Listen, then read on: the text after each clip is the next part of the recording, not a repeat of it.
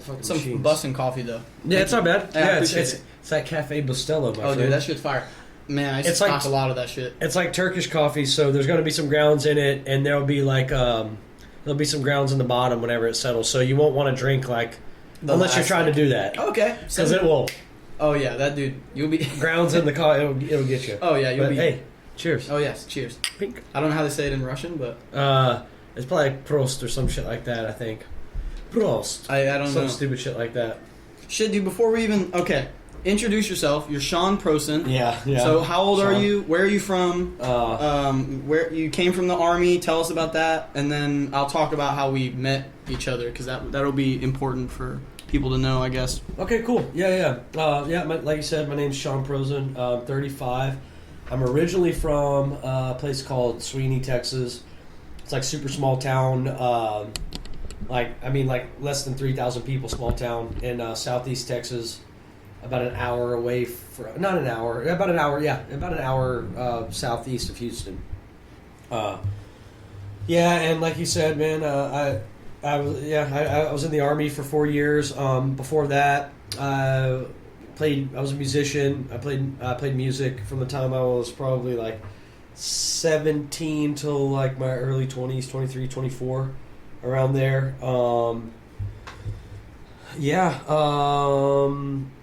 Grew up like pretty regularly, I guess. But single mom, don't know my biological father, so I had like, stepdads and shit like that growing up. My mom's been married and divorced 4 times.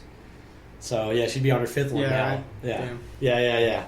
And I have a little brother, but grew up pretty regularly, bro. Did regular kid shit, played outside, played video game, did a mixture of that type of shit, growing up. Skated a lot.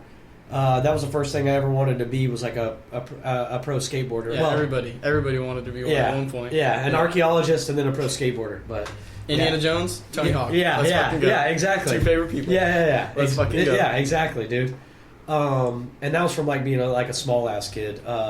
And then I started playing music around the time I was like 15.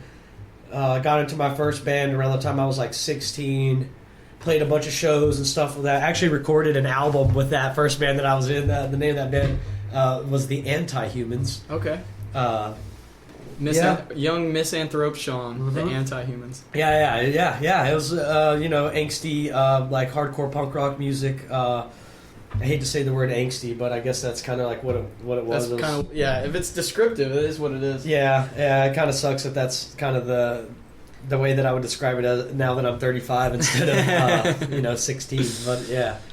Back then, that shit was dope, though. Yeah, man. And then played a lot of that, and then formed the band that I would go on tour with, a band called Anti-Climax, with some other local dudes, and then we went on to live together for almost 10 years, play shows together, travel a whole bunch, and have a bunch of fucking crazy adventures all in between there. And then around the time I was 23, 24, like I was telling you earlier, I started to change a little bit and wanted a little bit more out of my life. And I realized that the situation that I was in, the people that I was around, and all the stuff wasn't really I thought it was all bullshit. So I figured that my only way out, being a high school dropout, I did have a GED, but being a high school dropout and not really having that much college money, and I say that much to backtrack, I did this program called American Youth Works, which is a whole other story in itself, for 4 years. It was fucking insane. And we worked half a day and got our GED the other half of the day, and it was like going back to high school, but it was a federal work program. It was sick, dude. That's crazy. Yeah, it was. I could tell you. We could spend an entire fucking podcast talking about that. I didn't even know. We might have to. We might honestly have to. We might have to put a footnote in there. That's crazy. I didn't even know that you didn't do... I don't even know if you told me that's how you got your GED. Yeah, man. That's crazy. It was really... And first, what's even wilder, dude, so as a 18-year-old kid, moved out home, dropped out of high school, moved out of home, I was going to this this federally run school program in downtown Austin, dude. We were going to school literally fucking downtown. Dude, that's crazy. It was wild. It was a huge shock for me, bro, being a kid from a town of 3,000 people, less than 3,000 people. And just thrust into that. Yeah, bro. Moving there on my own, me and my bandmates, our own apartment. We did it all ourselves. Somehow we got the fucking apartment. I think because the guitar player, Kobe, his fucking grandparents, like, co-signed for us or some shit. So you were able to eke out the apartment. Yeah, we were able to get a fucking place to live off of Lakeview and Riverside in 2008, bro. It was, dude, fucking wild time, dude. So basically, for those that don't know, you had a moment. I'm not. You kind of described it just now, but you had a moment where you basically woke up one day and you looked around, and what was your observation at the time? I just thought the people around me, not necessarily my bandmates, but the scene of music that we played in and the people that we played to, and just the whole way I was kind of living my life and the way I was going about things, it just all seemed like bullshit to me, dude. And I needed an extreme change of pace. And like I said, I was kind of like, not necessarily, I was kind of a loser, man. You know, didn't have a car, relied on my girlfriend at the time for a lot of shit, for a cell phone, for a ride. Like I said, bro, I was 23, 24 years old. Yeah. Didn't have shit for my fucking self besides a little bit of money that I would make playing music and nothing, and fucking nothing else, bro. I was sitting at home, basically, while she was, like, doing her thing, bro, becoming a nurse and rocking out, and me, I was just being stagnant fucking loser. Right. So it kind of kicked me into fucking gear of being like, wait a second, man, I'm fucking up. I need to get my shit straight. So, and it took me a while to get into the Army, and that's what was my solution. Right. So that was your way out, and so you started, you were touring with your homies, and you decided, okay, I'm going to get rid of this tattoo behind my ear, the black flag tattoo. Yeah, I started getting it laser removed, started working out a bunch. I quit kind of participating in the after show shenanigans. Just would stay in the van with my dog, focused on working out a whole bunch, and then eventually, dude, I moved away, and I got away from all that shit, moved back home, moved back in with my mom actually, and tried to like kind of start my life over. And in that process, I ended up my son, was end up having a son. And then that's what kind of really, really was like, all right, time fucking now. Yeah. And then that's what really, because it took a while. And luckily, it kind of rolled in around the same time because it took a while to get my fucking tattoo removed, bro. Because it was like blacked out. Yeah, and I don't know how much better the technology has gotten. Granted, this is almost 10 years ago now, or it is 10 years ago now. I'm fucking 35. It's definitely 10 years ago now. I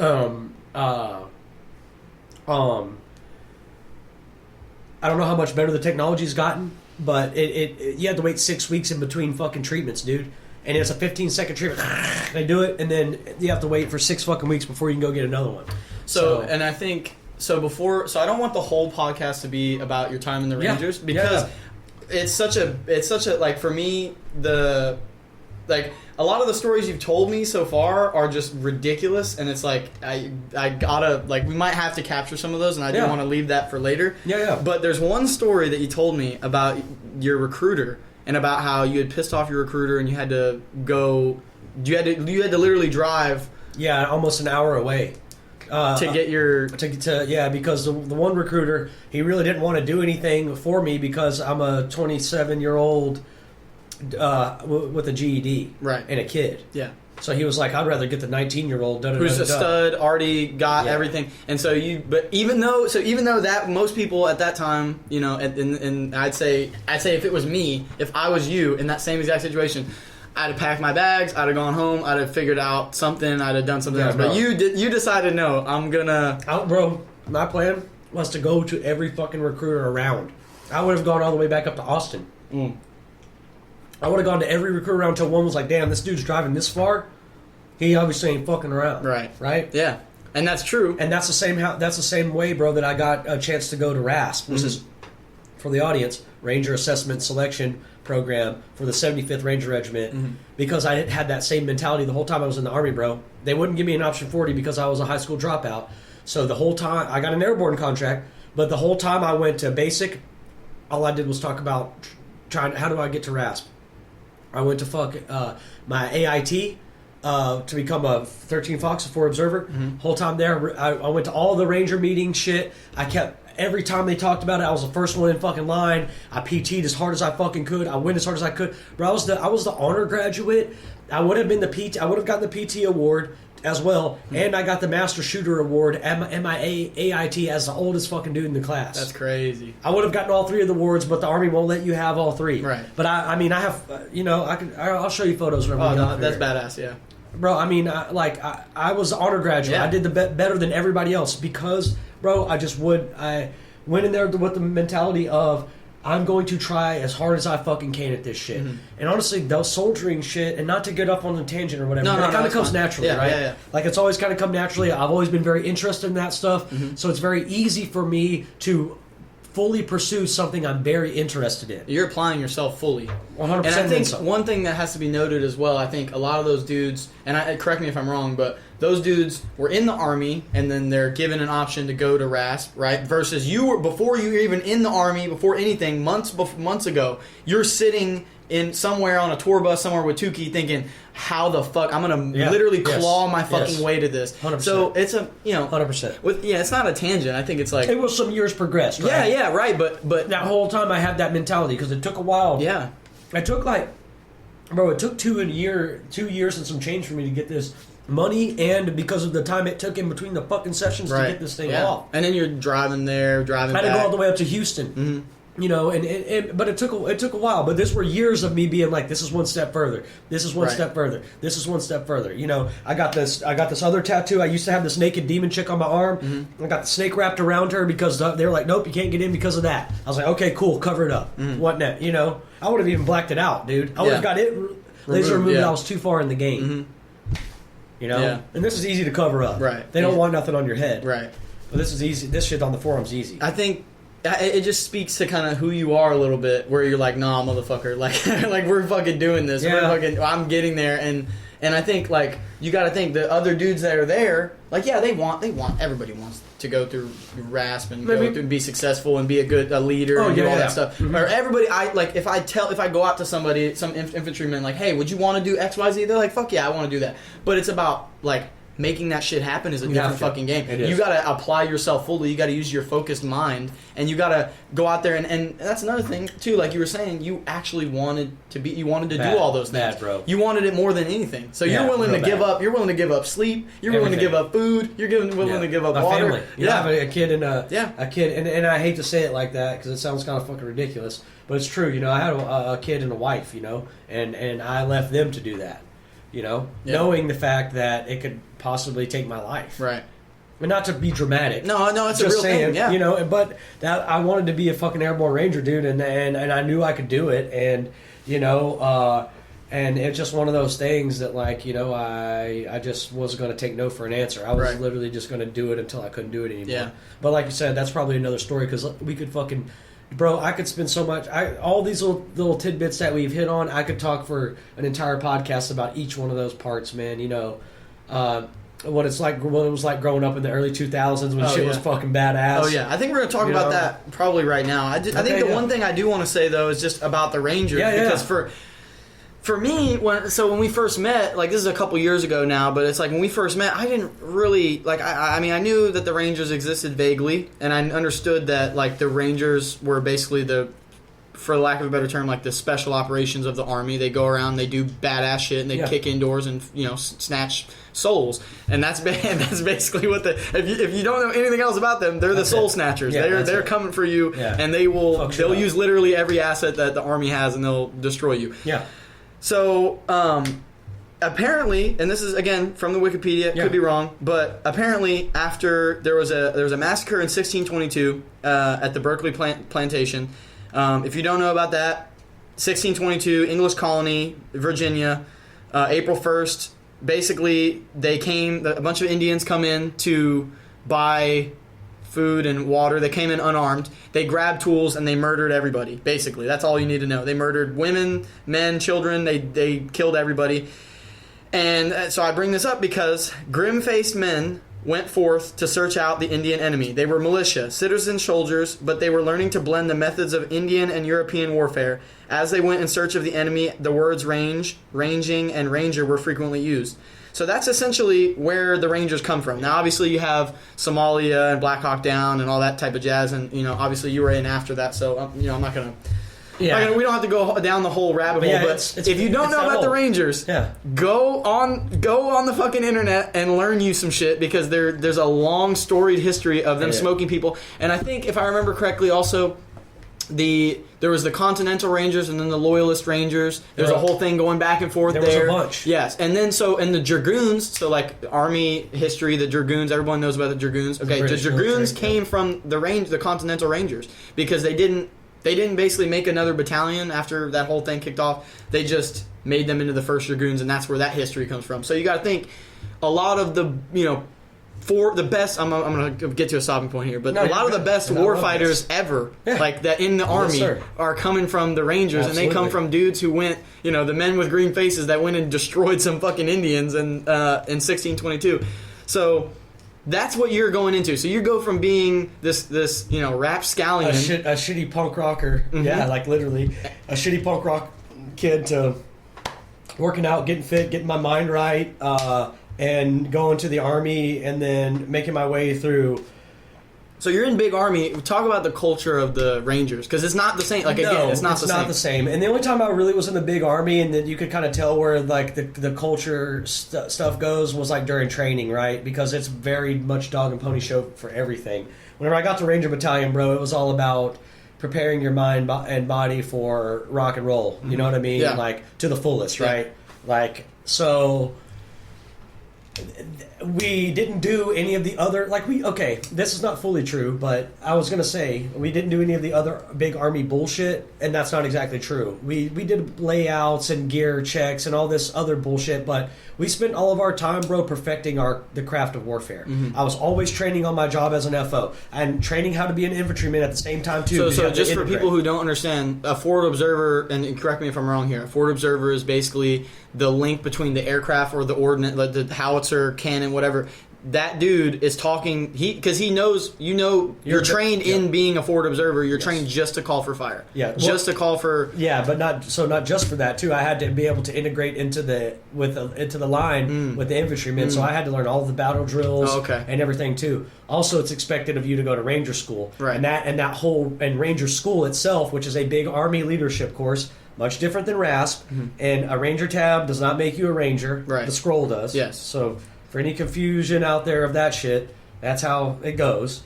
But that whole school is a light infantry leadership course. So you learn how to walk, you learn how to set up patrol bases, you learn how to go on patrol, you know how to set up ORPs, you learn how to do ambushes, you learn how to... I could go on and on, right, about the shit that you learn at Ranger School.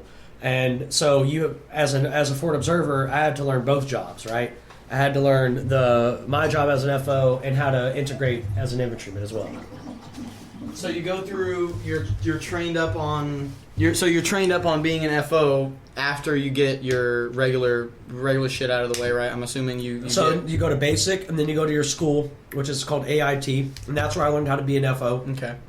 But which I didn't, because I had to relearn everything when I got to battalion. Yeah. Kind of that thing. Completely different. Yeah. They come in, they're like, hey, listen, everything they told you before, fucking throw it away. Except for some very basic shit. Yeah, right. But I never used any, I mostly worked with aircraft. Mm-hmm. But, man, so you go to AIT, and then I went to airborne school to learn how to jump, right? To be a paratrooper, because you got to be a paratrooper to go to the 75th Ranger Regiment. And then after airborne school, that's where they pick you up for RASP. Okay. And that right there is a fucking crazy gut check, bro, because you just spent 3 weeks at airborne school, which is fucking laid back, dude. Airborne school was so crazy because it was the first time in my Army career where I didn't have a drill sergeant or an instructor breathing down my neck the whole fucking time. So we were free. After we got off of work, right, we got to fuck off and do whatever we want. You're like, it was crazy, This dude. is crazy. This feels good. It was crazy. Yeah. It was crazy. And then whenever we got picked up for RASP, it was a different fucking thing, bro. These dudes fucking showed up in their black PTs, and we threw all of our bags on a bus. And there were a bunch of kids, because I think it was kind of hype You know, there was like some hype behind it at the time because of weird social media stuff and what the fuck ever, you know. Yeah. And a bunch of our friends talking about trying to go and shit. And there were like 30 of us, dude.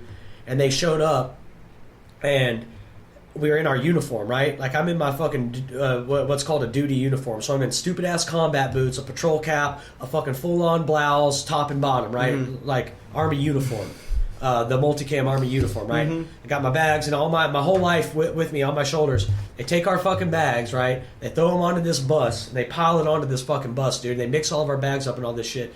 Then they drive. The bus drives off and we're standing there in formation. Okay, and there's like probably fucking 30 of us, and these two fucking of the most fit dudes that you've seen in your entire Army career are standing in front of you with fucking cool ass haircuts because they got to wear their hair longer, right?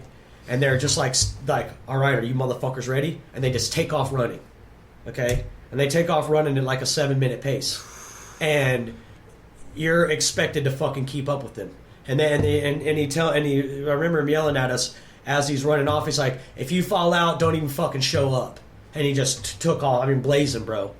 And the run down from Airborne School to RASP, it might be 1.5 miles, might be 2 miles, maybe right at 2 miles. But at a 7, he's running, cooking. Yeah, bro. he's cooking. Like, dude, he's fucking. And he's wearing pounding. PTs. Right. He's wearing like shorts and a fucking PT, you know. And I'm wearing a fucking stupid, retarded, full fucking Army uniform. It's all stiff. Look like a retard. Yeah, like a retard. So I'm running after him, and you know, and that's where it started, dude. We show up. They just immediately start smoking the shit out of us. Get our bags off of the fucking bus. They dump our bags. They make us throw away all the shit that they considered contraband. All the porno mags. They're just smoking the dog shit. I mean, they're fucking us up, you know. And then the stuff that we didn't get to keep, they put in a separate little lock because they took our phones and shit. Oh yeah, first thing they took our phones. They took all of our shit. And this is for pre-RASP, bro. This wasn't even for RASP. So I sat in pre-RASP for 9 weeks, waiting to class up to even try to go to RASP. And the pre-RASP it's a whole own fucking thing, bro. Damn. And they just smoke the fuck out of you 24/7. So for those 2 months, you just getting fucking dicked down the entire time, bro. That's crazy. Sitting out in the heat on these rocks, learning the Ranger Creed, learning Ranger history, some of the stuff of which you just talked about, and you know. And then just getting ready to go to RASP, and then watching dudes just drop like flies, bro. We ran over there with 30 dudes, and I think 15 of them quit automatically. Like off the rip, they're just gone? They just quit. Okay. And then we show up, and then the dudes are, you know, the RASP cadre are telling us the whole time, you can quit anytime you want, you know, get ready, motherfucker, you know, and then they're like fucking us down and treating us bad. So basically they're preparing you, they're trying to, as early as possible, weed out everybody who's going to be a liability. Yes. Oh yes, even in pre-RASP. I mean, immediately. Like they say a lot to you the whole time you're being assessed and selected, right? The entire time that you have anything to do with the 75th Ranger Regiment, you're being assessed and selected. It doesn't end at RASP. Right. It only starts. That's when it starts. When RASP is over, that's when it starts. So the whole time, you know, you're under a microscope the entire time, man, and you got to perform like a professional athlete or better the entire time. You got to be a professional at your job. You got to, but yes, to go without. Sorry, no tangent, but yeah, bro, they off the rip, they are. So the culture is really like we do our job A++. And, like, nobody has to tell it. Like, we go out there and we could go out and just be out there and no one has to tell us what the fuck to do. We're going to do it. We're going to set up our patrol base. We're going to fucking smoke people. Yeah, I mean... and they're the best at... I mean, arguably... No, I mean, it's true. It's the most proficient in light infantry in the military is the 75th Ranger Regiment, man. And I think that culture is probably part of the reason why. Because it's... I mean, dude, we beat each other up, dude. Yeah. Like, we would... as privates, we were fucking... I got choked out so many fucking times on my buddy Rotez. So many times, dude. I mean, there were... It's a very much a fucking warrior's culture. You don't just end up there. No, you want to go out there. You want to go out there and find the enemy and destroy them. That's literally your MO. You know. I've seen a couple of guys who made it through selection and showed up to battalion and they just couldn't handle it. Yeah. There was one of the most physically fit dudes I've ever known in my life, Chris. This kid. I'll think of his name in a second, man. I'll think of it in a second. His first name is Clay. I don't know why I can remember his first name right now. but I'll remember it. I'll remember it shortly. He was like one of the most physically fit dudes I ever met in my life, and he could not hack it, bro.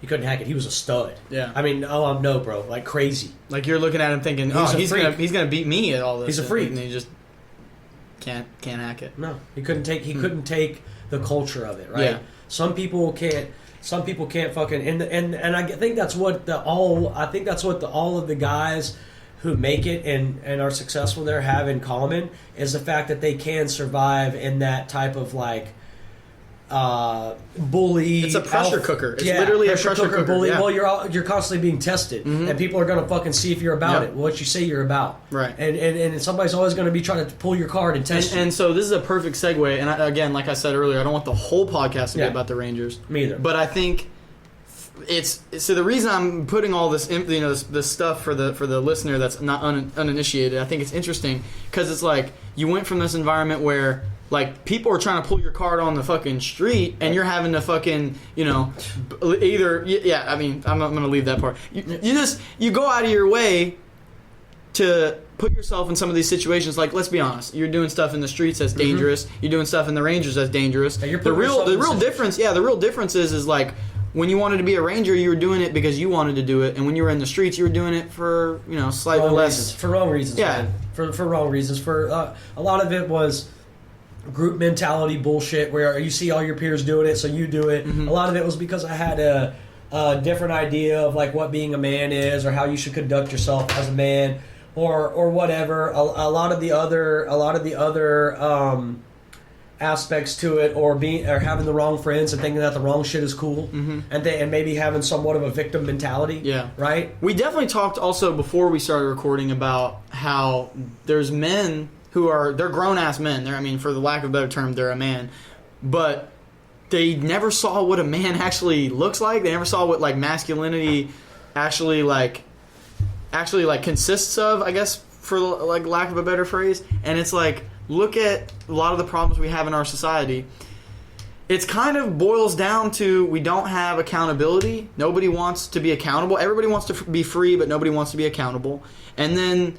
of those people that want to be free, they're not really willing to go out and actually like exercise their freedom. So like with your story, what I get from it is that your life matters. Your ability to change your life is a thing. You should go out and you should exercise it. And like if you decide one day, I hate everybody that I'm around, I want to go do XYZ. It could be the Rangers. It could be fucking whatever. It could be being a fucking professional skydiver. I don't know.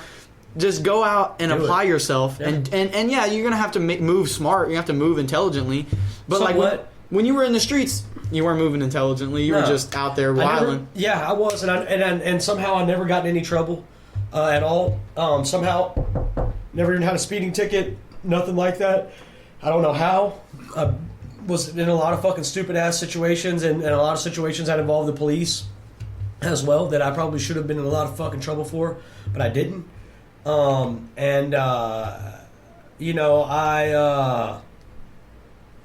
know, man. Yeah, I was definitely in the wrong place at the wrong places, I guess, at the right time because I didn't fucking get in any trouble, But yeah, dude, I definitely wasn't being fucking smart. I was trying to be cool. Smart was like very low on my list of things to be. Very high up on my list of things to be was cool. And interestingly, though, in your group of friends, I think maybe we talked about this a little bit, but like in your group of friends, it wasn't cool to be a fucking Army Ranger. It would have been the opposite of cool. Everyone would have hated you for it. But for some reason, you decided, or I don't think, for obvious reasons, I think you decided you're like, I'm going to change my life. I'm going to go out and do something I really fucking want to do. And you basically made it, and then now with MilsimWest, you get to kind of keep doing it, keep it alive a little bit, But I think as a kid, like to go back talking about Indiana Jones, I think I always wanted to be an adventurer, man, and I felt like being a soldier was like the last adventure to be had. Right, like I can't go explore I'm not a millionaire. I'm not gonna be able to go explore Antarctica or do this or that or go explore the deep jungle or have a pirate ship and sail across, or whatever. Right. Yeah. So I figured that the last adventure that I could really have was see what it was like to be in the Army in the most extreme way that I possibly could. And for several reasons I got out. I if life would have been going differently. For me at the time, I would have liked to have stayed in. Right. But It is what it is. Life, sometimes some things are out of our control. Yeah. And I think too, I think something that and you probably feel like you would have stayed in, and you would have had more to achieve, but I think you probably got what you needed from it. And another thing too, you got to think a lot of these dudes. Like I saw a video. I swear to God, I hope this video wasn't real. I think the dude was like 40 something, and he was going through a Ranger assessment. I think. Oh, that guy. I'm not gonna lie though. It's like you got to think. He was at Ranger school. Was he at Ranger school? Yeah. Okay. So, but it's one of those things where your body, like you got to, and like going back to the culture of the Rangers, and we'll get off this topic here shortly. But it's just like you are at a tempo and at a pace of life that's just not the fucking same as. Even I would say it definitely rivals the other special operations shit because you're talking about. I think you were telling me when you did go on deployment, like your wife and your kid are not seeing you. You're out there and you could be anywhere. Nobody knows where you're at. And then if something happens to you, they may not even disclose where it happened at. They won't. You know what I mean? They won't. And yeah, I mean, we were allowed to communicate some, but they didn't know exactly where I was at. They had a mailing address, but it's mailed to somewhere else and then brought in. Yeah, it wasn't. Yeah. And you can speak more to the tempo of things, but I just imagine being it's at constant, a certain age. You're not. It's constant. I mean, I think that guy might have been a lawyer or something in Ranger Battalion because there's a lot of other non-combat MOSs that serve in Ranger Battalion as well because we don't use outside support. Mm-hmm. So like the cooks and all those dudes have to be. But everybody goes through RASP. That's though. crazy. Yeah, that's wild. Yeah, yep. Talk about that's part of a culture thing too. Yep. Everybody's been through it. Yep, everybody's been through it. Yep. So you know that at some base level, that dude can go through some bullshit, right? He can. Yeah. When the chips are down, he's not going to give up. No, because in RASP, bro, you spend 9 weeks with the chips down. Oh yeah. You know what I'm saying? Oh yeah. They're not doing you any favors. No, they're not. And like you got to think just your knees, bro. Your knees are getting annihilated. It's pretty wild, man. It was pretty wild. I had some of it was a lot of fun though, man. And looking back, we had a really cool and unique class of dudes. The RASP class that I was in, and yeah, man, it was pretty cool. There were a lot of characters, a lot of larger than life. You can imagine the type of guys that go after. There are a lot of larger than life dudes, right? And a lot of really great dudes. A lot of dudes that have gone on to do really cool shit in Ranger Battalion as we're speaking right now. Oh yeah. I have buddies that are now moving up to staff sergeant and platoon sergeant positions, which is fucking wild. Dudes that I was privates with. Yeah. You know what I mean? Yeah. Like didn't know dick fucking nothing, dude, and now has 6-7 fucking deployment. Yeah. And now he's able to lead effectively, lead other people. Yes, sir. And that's the thing. I think better than anybody else in the Army. The last thing I want to mention before we move on to like how we met, because how does a broke 20-something end up sitting across from Mysteryboizinc himself, Shawn Prosen?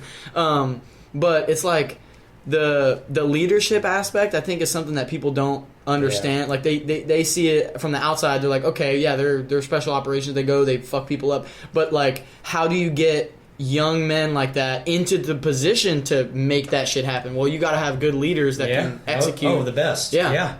And I mean, you got to think about it too, man. The time I was coming in around 2017, excuse me, you have that was the 16th year of the global war on terrorism. You feel me? Yeah. So the dudes that are in the platoon, sergeant positions and the captains in those positions of leadership at that time were dudes that have been in the GWAT close to that long, dude. Mm-hmm. Yeah. You know what I mean? So many of them have grew up in this environment of like we're sending it and we're getting after it and So you're meeting a lot of like I said, larger than life personalities, a lot of wild dudes, a lot of fucking straight up crazy people. Like dudes that are crazy. Yeah. You know? Like literally crazy. Yes, sir. They're crazy. Wild. They've lost their goddamn mind. They've been in war for fucking 15 years. Right. 10 years. 5 years. Yeah. 2 years. I mean, But don't take long. No. Don't take long. But so yeah, but to get to how we met, right? So I don't exactly remember. I think you had probably followed me first, and I remember I tapped on your page and I was scrolling through it. I'm like, who the fuck am I looking at? This dude's a wild man. He's got his face blurred out. He's got an AK. And he's fucking in some sort of ghillie suit type shit. He's out here in the fucking woods, fucking running around, zapping people. Yep. And so from my perspective, like when I first encountered you, I knew about MilsimWest, right? and I knew that MilsimWest exists, right? But I didn't know about like the cadre and the culture of like all the people that make it happen. Because obviously, like you can go sign up, you can get a ticket, you can go, but you don't really know like the fucking behind the scenes. Yeah, you don't understand how any of the shit actually happens. Like, you know, if you guys are not aware, MilsimWest, the only Milsim, airsoft in event, existence. in existence, and it's it's pretty. I'll just say it's unrivaled in basically more than one dimension. But basically, you got some of the studs from our military showing you guys how to zap each other in fucking BB wars, and you guys look like you have a lot of fun, and it looks like there's a lot of like depth to these events rather than just going out in the woods and chasing each other around. So and there's a mortar now. Yeah, coming soon. The mortar system is going to be fucking wild. It's going to change the whole game. But yeah, man, you basically hit the nail on the head. MilsimWest is a 40-hour continuous military simulation event that is, like you said, unrivaled. Nobody else has this kind of product that we have, right? So hold on. So a lot of my followers, I don't think, are initiated into like airsoft. They don't understand. Yeah. So the difference between this and a regular airsoft game, I describe it like you got like Fat Man, like our first nuclear bomb, okay, and then you have like what were hydrogen bombs, where we're just the Tsar Bomba, the fucking levels the continent. That's kind of what MilsimWest is, right? So you got vehicles, you got blank firing guns, you got fucking dudes with night vision, you got all the comms you can imagine. Obviously, everyone needs their sustainment kit, so everyone's out there. If you're going to MilsimWest, you're not just kind of showing up. You're not a weekend warrior, at least. Maybe you are a weekend warrior. I take that back. Yeah. But you definitely are going and putting in more effort and time and energy into this than the regular airsoft. Right. Game. Yeah, for sure. Yeah, man. Yeah, exactly. Like I said, it's 40 hours continuous, so you have to bring everything to the field that you'll need to sustain yourself for 40 hours. Right. What that looks like to each individual is a little bit different. There is a packing list with red items that have to be brought, but I've seen dudes that look like a fucking traveling hobos with their entire life on their back, and then guys that live out of a JanSport backpack for the weekend. Yeah, right. Yeah. You know what I mean? Which I've done myself. You know? You got the scab with the pilgrim backpack. Yeah. Escape from Tarkov. Exactly. Reference. You have everything loaded up on it. And then, then you got guys, and then you got everything in between, man. But yeah, dude, it's 40 hours continuous. Like you said, we have military veterans as the cadre, and basically us as the cadre. From all over the armed forces, Marine Corps and Army mostly Rangers and Marines, which is kind of funny. And we, as the cadre, we take our platoon and we play the role of a platoon sergeant, and we lead them through the 40-hour event over the weekend. So we're responsible for making sure they have BBs and medic water. We're also responsible for their fun and their safety. Above all, it's like a safety thing, right? Right, and I'm not trying to overshadow the safety part, because that's another thing. You got fucking flashbangs going off. You got dudes running around. There's a kind of a lot going on. So it's obviously, and then obviously you got people out there with blank firearms. So there's a whole safety thing for that, because it's like completely vetted. God forbid, that's obviously vetted. Squared away. But the one thing I wanted to mention, I think, so for the event, you got Blue 4, which would be NATO, and then you got Op 4, which is the infamous rushing Russians as well. Yeah, mostly RR, but there's like normie. Right, but I had to drop the RR reference. Yes. We are the most infamous BB team on the planet. Yeah, so apparently there's a fitness group named the Rushing Russians that you can join. Yep, street gang, fitness group, culture appropriation gang. Yeah, all the above. They'll get you sorted out. They'll help you out. It's a cool club, man. That's pretty badass. It's a boys' club, and it's cool, and it's a place for dudes. It's a place for dudes to like make each other feel good and be a part of a community. And from the outside looking in, it can seem like something that might be nefarious or goofy or whatever, but it's really fucking rad, man. And there's an air of mystery to it, which is cool. And we kind of like that. But dude, there are over 400 members, bro, and over 30 chapters. We have chapters in Mexico and Chile. We have the other 30 some odd chapters in the U.S. Potentially working on a fucking chapter in Sweden right now. They're supposed to be a chapter in Spain. That's wild. Yeah, man. And when I showed up to Spain, they weren't ready. So they weren't ready at all. They weren't ready for ready for the American standard of how we kind of get down. And Oh yeah. That was the first event that you guys did in Spain. Europe, okay, yeah. The first event we did in Europe at all. Okay, yeah. wow. Yeah, I mean, like I said, we've been to Mexico and Chile, but never to Europe. Wow. But yeah, man, it's a hardcore game mode, dude, and we go hard, man. Myself, Blue Gene Operator, Nocturne Kinetics, another one throw out there, Chris Bass, Kenny, Justin. A lot of these dudes, my buddy Jim Mayhem Actual from Task Force Mayhem. There's some big characters out there fucking making this all happen. Dudes with a lot of experience, man. I'm probably like the least experienced dude as far as real world shit goes out of all of them. And we make it go down. You know, Nick has a fucking Purple Heart. Evan, Nocturne Kinetics, a bunch of deployments. Jim over fucking 300 something direct action raids. I mean, like, and these dudes are all Rangers. And collectively, the amount of hours of experience, just time on the time, man, with the boots on, it's already, upwards of. That's why we fuck people up. Yeah. That's why we really fucking smash the shit out of people, bro. So, we tear it up. And then we have a whole bunch of other cadre too who are fucking great, man. A solid, my bosses, Brian and Josh are like, honestly, dude, the best guys that I've ever worked for. Josh actually reached out to me after I got out of the Army to come work for MilsimWest because I was working for another event promoter. And, he basically called me, asked me what they were paying me, and the then offer told me you can't refuse. Yeah, the offer you can't refuse. That's badass. That's and cool. And then just totally fucking was like, bro, I'll take care of you, and totally just like has been one of my best friends ever since, man, and has really looked out for me, has really given me a lot of opportunities to grow in the company, as well as help. I mean, fuck, dude, my relationship with MilsimWest has helped my social media shit. Yeah. It's got me a lot of sponsors. Yeah.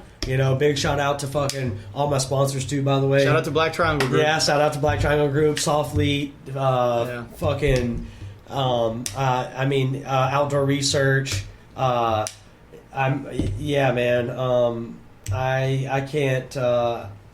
can't be thankful enough for all the cool shit that's happened because of MilsimWest, and really because Josh fucking hit me up, you know. So yeah, man, I'm really blessed, and the reason why, and to go back to backtrack just a smidge, the reason why MilsimWest is so good and why it's so much different than any other event promoter, dude, is because of the cadre. And one of the reasons why the cadre is so great is because of how great Josh and Brian are. Yeah. Right? Because they take such good care of us. And they want to do a good job. They're curating. They're looking for people who, you went and you shot people. Yeah, like you went and you shot people. You're not a social guy. It's like the firearms instructor problem. It's like if you want to be a firearms instructor, you're not usually the greatest firearms instructor because you want to be a firearms instructor way too bad. I imagine a lot of these dudes are really down to earth, and they want to do that shit, and it's their thing. Everybody is, bro. Everybody, bro. Like, I'm not sure what kind of perception that people have about the MilsimWest cadre, but everybody, because a lot of the community feels pretty abrasively towards MilsimWest because we are so much better, and we do talk a lot of shit. We do, because we can back it up. It's not like we're not the top dog and outperforming literally everybody, and are able to actually do this as a career. And I'm going on like a little fucking... No. So let me just interrupt you, because I don't want it to seem like I'm just, this isn't just an ad for MilsimWest, although it might seem like it. But it's like, in any industry, and I talk about this all the fucking time, right? In a free market, you have people who innovate and that get ahead, and then you have basically everyone else. And you can fight over the scraps if you want. Yeah. But if you're doing, like, for example, with MilsimWest, like, if you're doing these events... one of the first videos that I saw, I think this was after we had already met and we'd already talked, and you're like, oh yeah, like come play, and I'm like, I'm fucking broke, I don't got no money. Maybe when we do one in Texas, Oklahoma. Oh fuck yeah, you can ride up with me. And let's fucking do it. Let's fucking do it. We'll talk about that later. Let's go. But this is before any of that. The first video I think I remember seeing, you can probably pull it up. It was a video of a drive-by with the blank fire AK. Yeah, stuff like that. Yes, stuff like that. Right.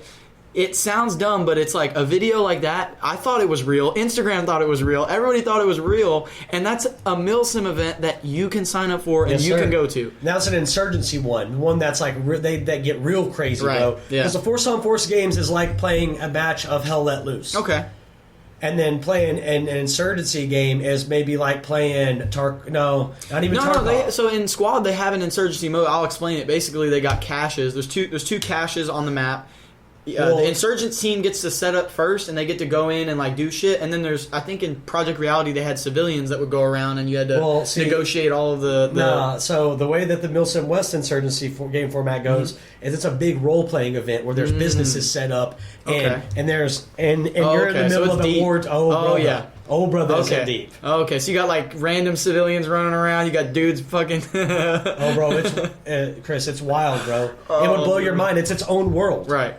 With its own economy, with its own people wild. use money and actual money in the game and BBs to like for real goods. That's wild. It's insane, dude. I think people. This is a thing. Like I maybe won't be able to capture all of it now, but this is definitely something I want to talk to you more about because it's like you said earlier you're like, oh, I'm not just trying to jerk off MilsimWest, but it really is like you're miles ahead of your competition. Oh, man. Let's be honest, you're miles ahead. So. That video of the blank fire, the reason I brought that up is that was a thing that got me really fired up. It was like, whoa, like that's fucking cool. Nobody's doing that. Now, another subject that I have to bring up, the mortar. Yeah. That's a whole nother dimension because you got to think like obviously you got traditional like the RPKs and the AKs and the small M4s and 240s whatever, but that's a whole other dimension. And then I see you were talking on a live before with people talking about bringing drones, and so it's like now we got FPV drones flying in fucking blowing people up. So more using the drones for like UAV. Observation too. Yeah. I think for sure the dimension of the mortar is going to change the game too. Oh, you got to think like you can get attacked. So the game is 40 hours continuous. Right.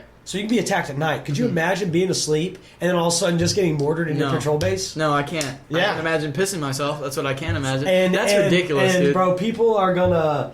It's buddy. So you're conducting a little night ambush. You drop some mortars on them, then you fucking hose the rest of them down. Yeah, and as they you set up in their most likely. You got the thermal drone looking at them.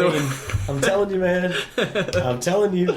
That's ridiculous. It's we are pushing the boundaries of airsoft, and honestly, dude, and you know I don't even have to tell you about what kind of quote unquote training value any of this. Well, just from a fitness perspective, a lot of dudes are out there going out there just because anything you bring with you, you're carrying. Oh, you're carrying the whole weekend. Shake it. So what about shaking out your kit? What about all this blowout bag, fucking dumbass, whatever on the go, grab apocalypse kit now, right? Whatever shit people talk about. Come shake your kit out. Come do 40 hours in your plate carry and see how you feel. Right. And I think that's a thing. Like when this hurricane recently happened, I think it woke up a lot of people to. Like, okay, hey, what does an actual disaster look like? A lot of the people from Texas that I think were really hit by the storm extra hard were people that just had no fucking idea that this was even possible, apparently, because seemingly you didn't prepare at all. And if shit would have went really sideways, if power would have stayed out for a month, it would have been you putting your gear on and carrying your family out. That would have been what it would be. At least in my situation, my current situation, it would have been me loading up the car with all my shit and getting the fuck out of there because it's gonna get really helter skelter. And then you think like, okay, how many times have you actually put all your shit in one spot and actually had to carry it? How many times do you? Oh, okay, so yeah, you have 100 mags. Okay, where the fuck are they? Because if you can't get them in the next 5-10 minutes, the situation you're put in may not afford you that much time. So it's a good opportunity to shake out your gear. It's a good opportunity to test your fitness. Yep. You know what I mean? And if you go and you suck wind and it sucks, I think it would be better to do that then than find out, power's been out for a month and it's fucking 28 days later outside and I gotta go. I gotta go fucking figure some shit out. So yeah, you're not wrong.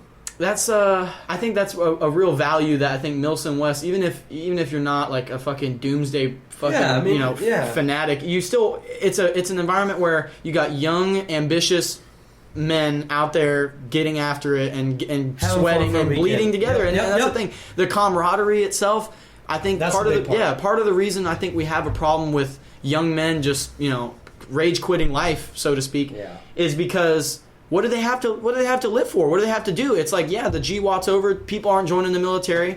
So what are all these dudes doing? They're sitting at home. They're beating their meat, and they're not getting after it. They're not being productive. And I'm not saying you need to go out and you need to work 5 jobs and you need to fucking have a family and have 5 kids and be the TradCon you know, whatever it is, like the fucking stereotypical nuclear family. Do whatever you want, but I think MilsimWest is a good place for if you're a young man and you want to go be around other young men who probably think a lot like you do and that aren't going to, you know, flame you for being a fucking nerd.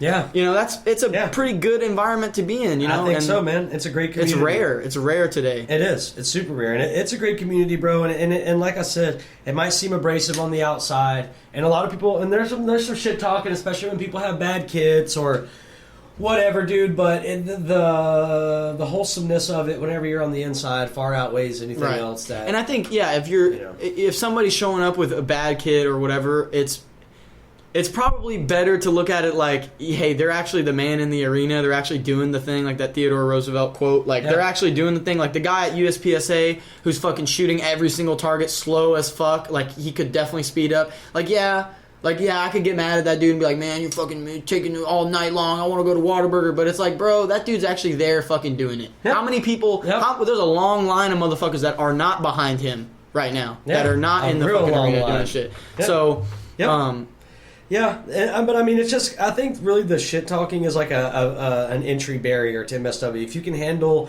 getting flamed, you can probably handle a 40-hour BB game, probably. You know, and because vice versa too. Because you know, at the end of the day, bro, it is all LARPing, right? It is all Fantasyland. We are all grown ass dudes playing with fucking BB guns and dressing up in the woods. But there's some value to it, and I think it's a little. I think some of the stuff that you mentioned is a little bit deeper than surface level, right? And you have to kind of like be there and realize like, oh dang, this actually is like something pretty wholesome that's going on. Right. And I think today, like as far as sports and all this type of shit, like let's be honest, bro. I'm not gonna go out and go play fucking flag football. I'm not gonna go out and like, I'll run, I'll ruck, I'll do all that stuff. But as far as getting a bunch of dudes in one place, because the internet is cool, and like we talked about, like we met. Yep. Or did we talk about? Did we talk about how we met? I don't think we actually talked about how we met. So I think I'm pretty sure. Yeah. This is a long ass tangent. Holy shit. Yeah. But basically, Hobo makes these little leather sacks. Yeah, right? hobotactical. And I had posted. At one point I had like 5 or 6 of them. Oh man, that's scary to think. And I had been posting them for a while, and I think you followed me from that. I think you followed me from because Hobo had reposted some of my stuff or something like that. And so it's crazy to think like we're sitting here, we're making this podcast. All this has happened. We've gone to the match, we've gone and shot and hung out a lot. I've been friends for a minute now. Yeah, we've been friends for years at this point, and it's crazy to think it's all because of fucking Hobotactical, Dr. Hobo. That's crazy. It's wild. Pretty cool, man. Yeah. And like I said, COVID made the internet a weird place, man, and a place where we kind of like used it as an alternative to like socializing. Because I know during COVID, man, I that's when I started on my social media shit, and right after I got out of the army. So it's cool. It's crazy that Instagram actually, people talk a lot about it being a bad, and I think we'll probably end on this, but people talk a lot about Instagram and Meta and all the shit being fucking the devil worshippers that they are or whatever. There is some value that comes from the internet, but I think people don't. It's just like anything. It's just like a fucking gun. It's abused. It's a tool that you can get addicted to. Like I can get addicted to shooting. I could go out and spend all my fucking money on bang beans and just go shoot all day and fucking leave my family at home and not feed my babies and do whatever. But it's like, are you addicted? Are you using social media too much at the moment? If you're listening to this, most definitely. But is it a problem?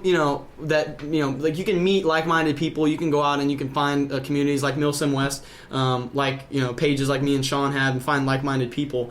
It's a lot about the user and a lot about like what your intent is. And I think you making your social media ended up being pretty badass because we wouldn't be sitting here having this conversation. I agree. And I wouldn't have made a friend out of it, Yeah. Lots of friends. You think about MilsimWest too, and like... Yeah, a lot of friends. A lot of crazy opportunities, so... Yeah. I appreciate you letting me record this conversation. Of course. Shawn, we'll have to do it again at some point. Should. We can really go through and like hammer out some of the stuff that we kind of glaze over. I mean, we talked about a lot of cool shit. A lot of it, it's like we can't talk for 6 hours straight, so we gotta break it up, get some parts. We'll come back, we'll revisit some stuff. I definitely want to talk to you more about like the cutting up and the stuff before the army, because in my opinion, it's kind of crazy because you don't think. And then, I'll cut it short here, but it's you don't think a guy like you would end up where you did, but I think it's when you want something bad enough and you're willing to go out there and make the world your bitch, so to speak, you can make it happen. You can make it happen. Yeah. So if you're listening to this, go make it happen. Yeah, you're the master of your own destiny. You know, you can. Your future's in your hands. That's a great thing about being alive and having this opportunity that we have. And fucking get after it. Hell yeah. You know. Hell yeah.